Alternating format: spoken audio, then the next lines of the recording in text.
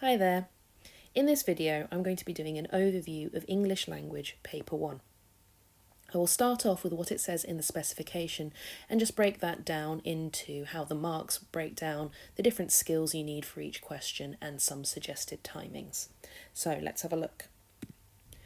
Paper 1 is called Explorations in Creative Reading and Writing, and essentially the paper aims to assess your ability to analyse the links between the choices a writer makes and the deliberate effects which they wish to achieve for their reader. So the links between, for example, the language choices made by a writer or the structural choices made by a writer and their ability to make the reader react in a certain way. It's all based on your reading of one unseen source text, which will be an extract from a novel or a short story. It's always a piece of literary fiction, and it will be from the 20th or the 21st century. So it will be a fairly modern piece of writing. What do you actually need to do in this paper? So on the right hand side there is just a screenshot of the specification, and I've just reiterated the same thing here. The exam itself is 1 hour and 45 minutes long, and it's worth 50% of your overall English language GCSE grade. It's divided into two sections. Section A is reading and section B is your writing section. So for the reading section, it's worth 40 marks, and as I said before, it's reading of one unseen literature fiction text, and there will be 4 questions assessing assessment objectives 1, 2 and 4. If you're not sure what those assessment objectives mean, then do take a look at my other video that breaks down each assessment objective and explains what each of those are for you. Section B, like I say, is the writing section, and you'll be given a choice of 2 activities, either writing a narrative piece or a descriptive piece.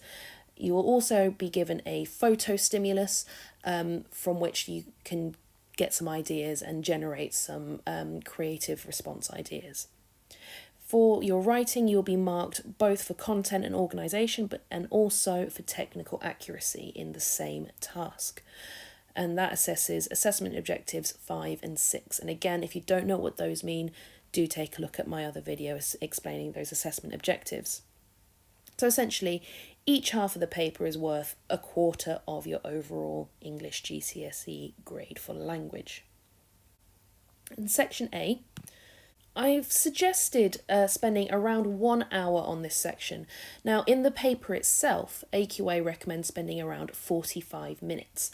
I've said an hour to allow for a decent amount of time spent on reading, but my advice would be is that an hour is the absolute upper limit you should be spending on section A in total. Obviously, if you get the questions done faster and you've still built in time to check through what you have written, then that buys you extra time for section B, which is always worthwhile.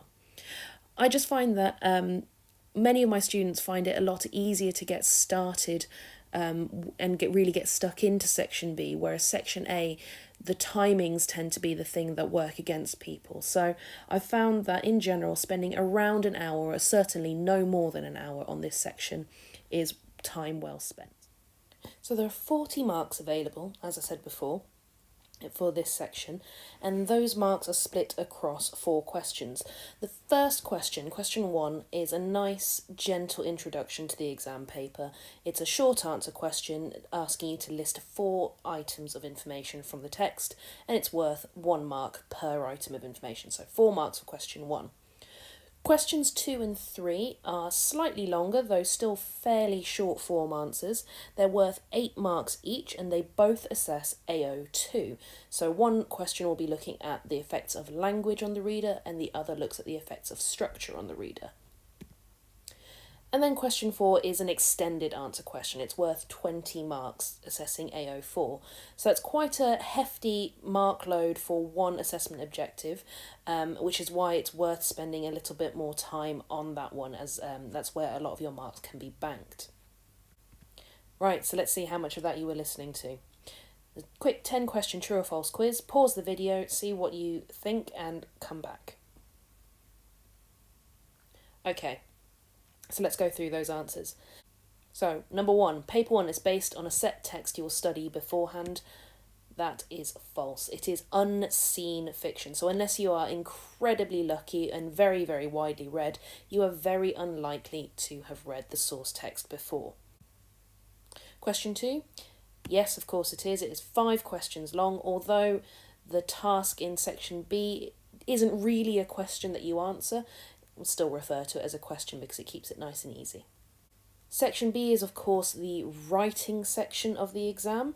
It's in fact the same for both your language paper 1 and your language paper 2.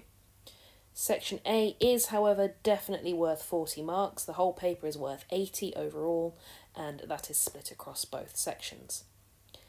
The exam is also worth 50% of your English language GCSE, that is true. And question 6 here, now this one trips up a lot of people because the 16 marks in section B are not actually just for spelling. Again, if this is news to you, go back and watch that video on the assessment objectives where I explain the difference between technical accuracy and spelling. Spelling is just one small part of the technical accuracy marks, which for many, many people should be absolute music to your ears. Question 7, you have to include references to context in section A. Of course you don't. You haven't read the text before, like I said, unless you're very, very lucky. The exam board do not expect you to know about the social and historical context of the writer or the time the text was produced. The exam is not 2 hours long, I'm afraid. It is 1 hour and 45, and timing is probably the thing that makes this exam so tricky. Number 9, you do not have to write a story. It is one option.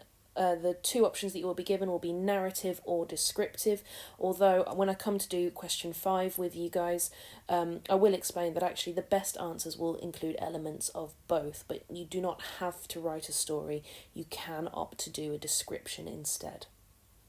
And last but not least, of course, you have to write in clear paragraphs for question 5. Again, I go through this when I explain assessment objective number 5. The organisation aspect of AO5 is about being able to demonstrate certain organisational skills in your writing, and one of those is paragraphing.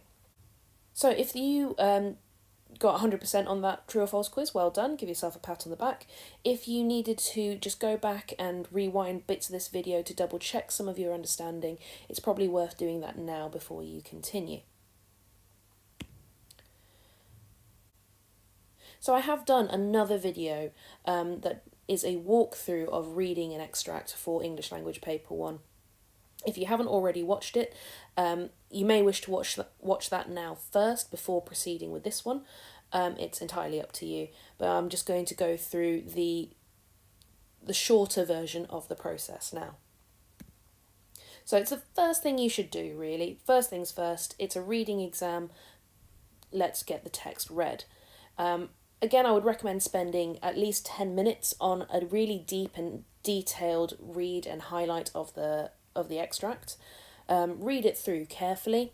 Focus on understanding what you're reading. Again, I go through this in the walkthrough video, but if you don't understand the text, there's really no point in you even attempting to read the questions.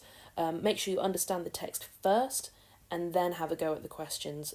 Don't rush this bit because you're much better off spending the time understanding a bit of the text rather than attempting to answer questions on very little or no understanding of the text.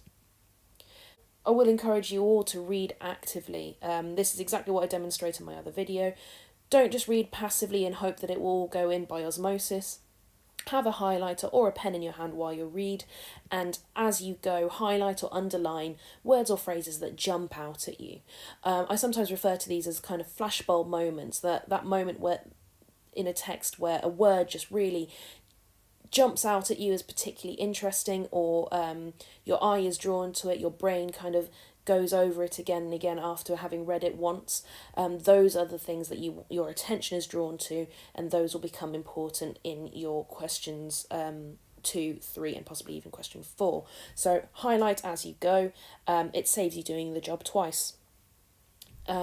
Important to note though, don't spend too long at the beginning of the exam annotating everything you can find in the extract.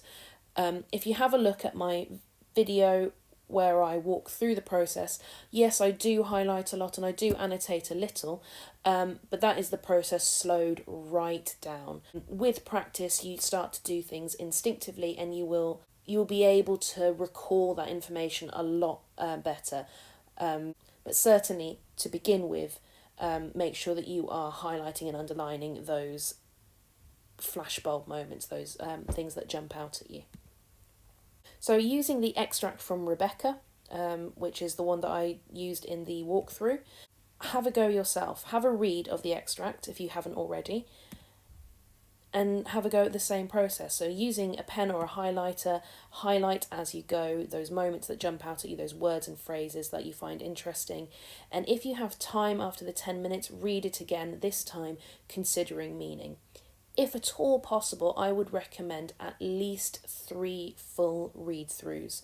So first time, actively highlighting, second time, summarising, thinking about meaning a little bit more, and if you've got time left in those first 10 minutes, read it one more time again. You never know what you might get a third time or a second time round that you didn't in the first. Now that you've read the extract and you've highlighted all of those moments that jump out at you, the interesting words and phrases, you may have had some time to annotate onto that extract and spot any patterns or motifs that are occurring in the text. You are certainly ready to start answering some questions. And what better place to start than question 1? So question 1 is an AO1 question. So it's all about reading for understanding, reading for meaning, and being able to retrieve the right pieces of information. So that's why I use the little detective guy as my symbol for AO1, because you're acting as detective, you're looking for that evidence, you're searching for the minute details, and you're going to pick them out for question 1. I would spend absolutely no more than 5 minutes on question 1. In fact, if you sit down and time yourself and do question 1 in silence, provided you have read the extract properly and provided that you have understood it, 5 minutes is going to feel like a very long time for this question. I don't mean that you should rush at all. That's not at all what I'm saying. However, be disciplined. Don't overthink it. This question it's the entryway to the exam, and it is designed to be a gentle introduction to the more difficult, more complex questions.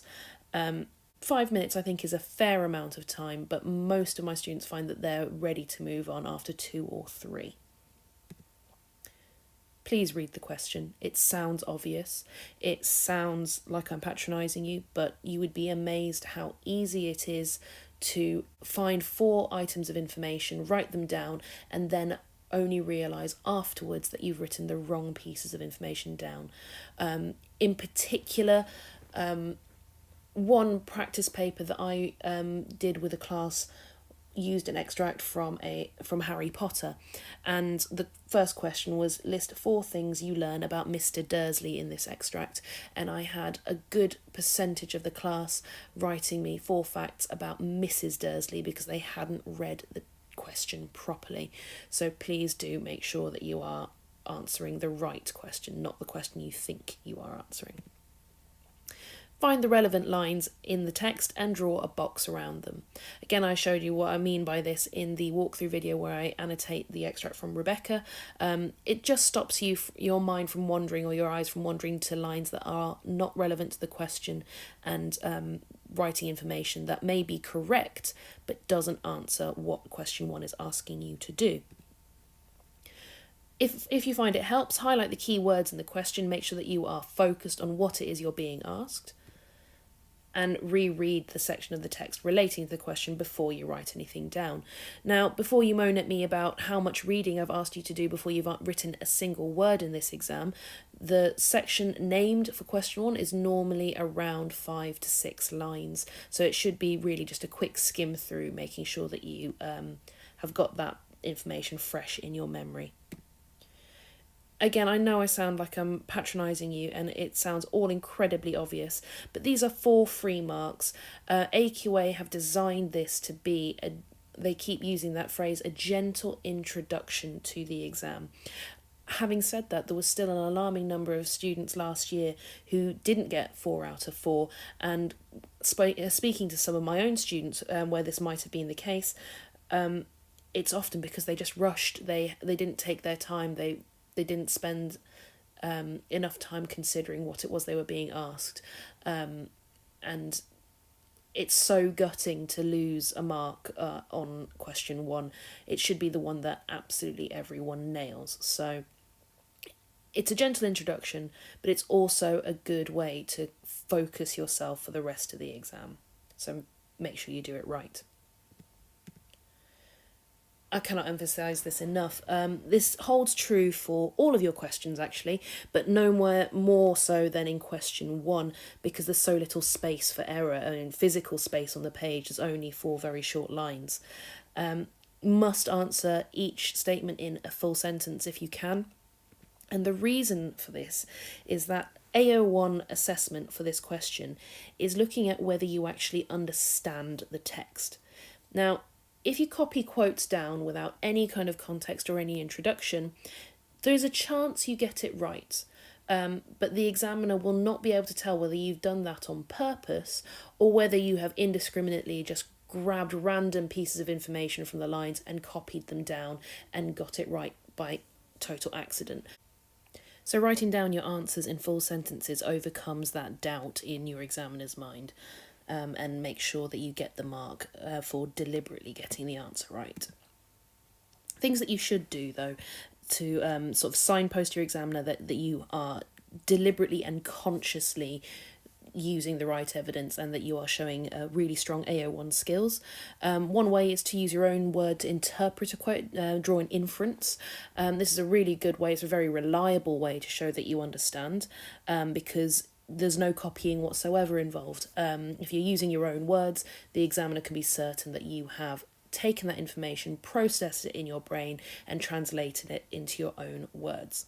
However, you do run the risk here of, if you draw an inference incorrectly, for example, if you have misunderstood a word or a phrase in the text, that you get the answer wrong simply for having not understood the text. So just be very careful, once again, that you are definitely understanding what it is you're writing down.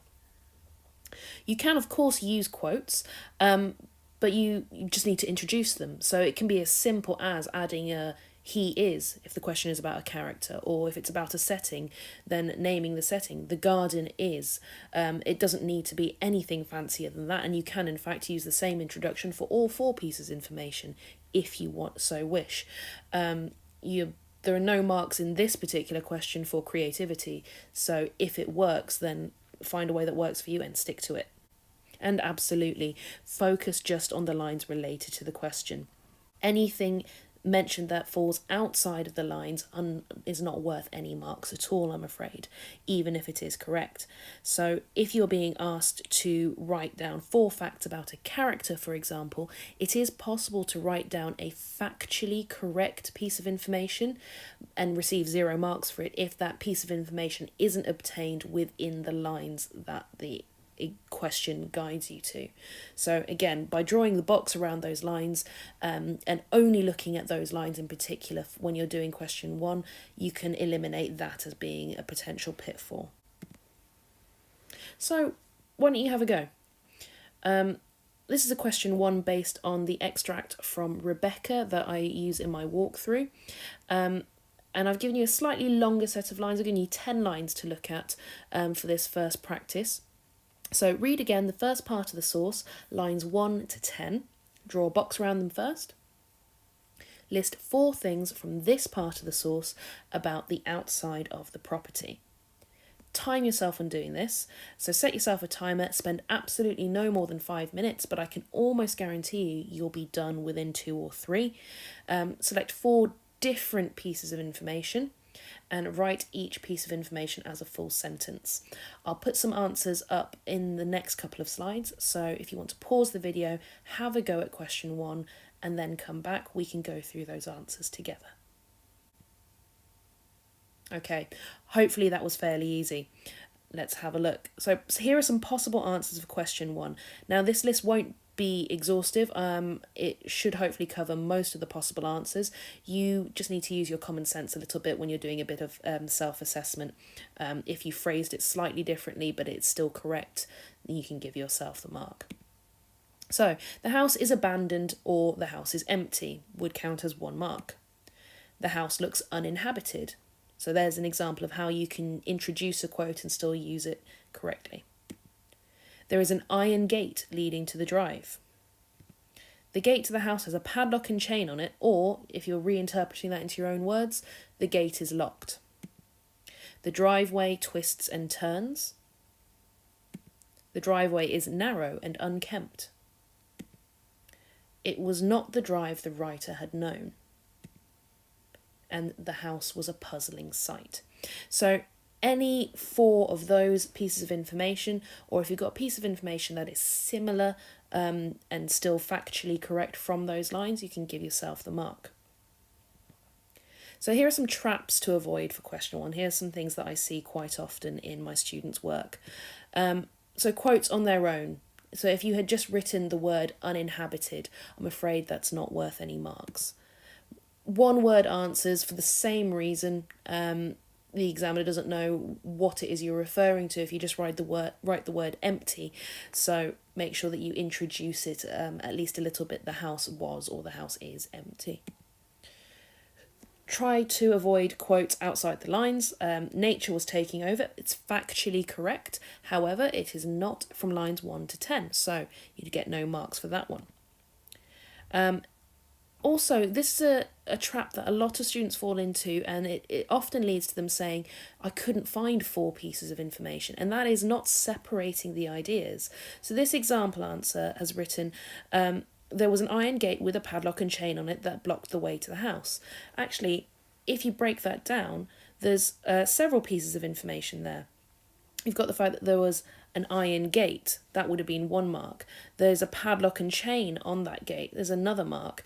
And the way to the house is blocked is another potential mark. So this person has written quite a long answer for a single mark, and they would probably get a mark for that.